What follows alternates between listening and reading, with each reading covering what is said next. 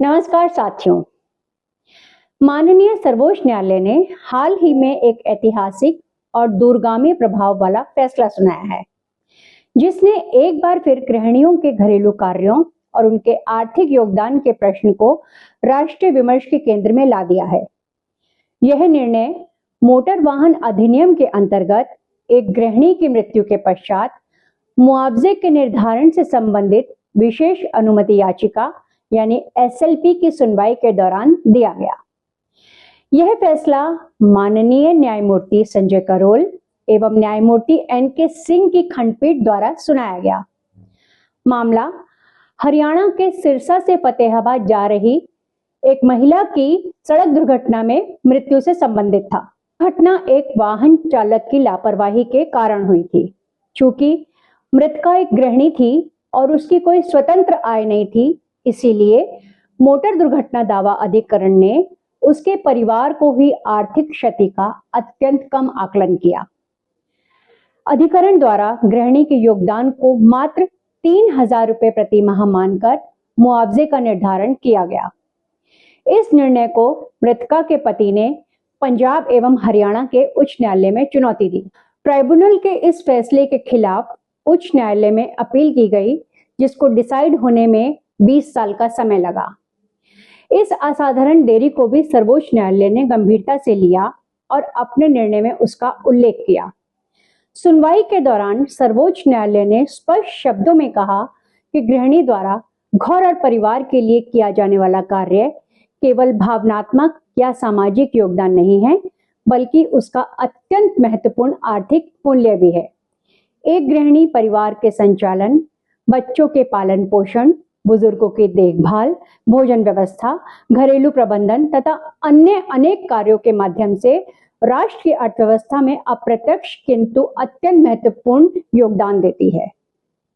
न्यायालय ने इस संदर्भ में प्रसिद्ध अर्थशास्त्री सर सेसिल पिगू के विचारों का उल्लेख करते हुए कहा कि उन्होंने लगभग 106 वर्ष पूर्व वर्ष 1920 में प्रकाशित अपनी प्रसिद्ध कृति द इकोनॉमिक्स ऑफ वेलफेयर में यह प्रश्न उठाया था कि घरेलू कार्यों का आर्थिक मूल्यांकन राष्ट्रीय आय के पारंपरिक आकलन में परिलक्षित नहीं हो पाता, जबकि उसका वास्तविक आर्थिक महत्व अत्यंत व्यापक होता है।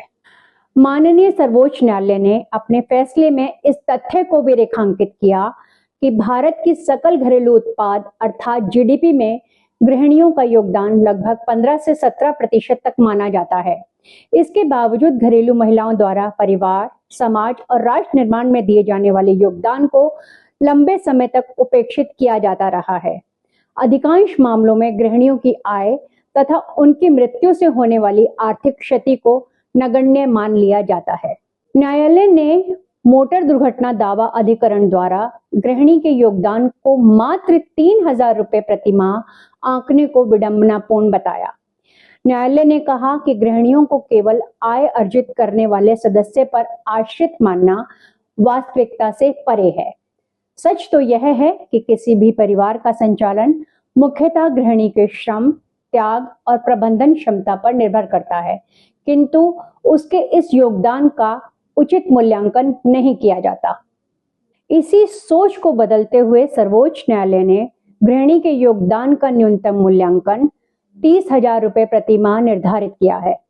इतना ही नहीं, न्यायालय ने निर्देश दिया है कि इस राशि में प्रत्येक 3 वर्ष के अंतराल पर 10% की वृद्धि भी जोड़ी जाएगी, ताकि समय के साथ बढ़ती महंगाई और आर्थिक परिस्थितियों को ध्यान में रखा जा सके।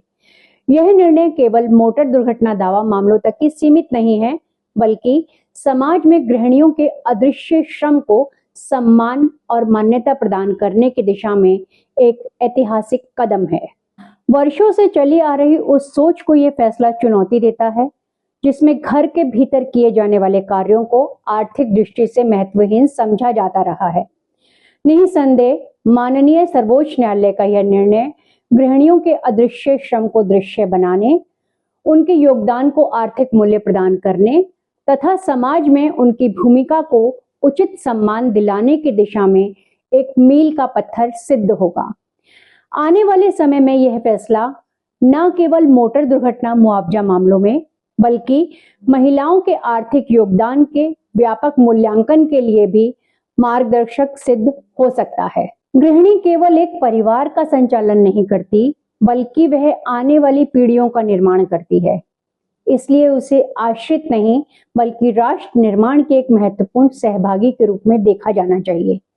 सर्वोच्च न्यायालय का यह फैसला इसी सत्य की न्यायिक स्वीकृति है। तो मैं सीमा मिलूंगी आपसे अगले वीडियो में, तब तक के लिए विदा।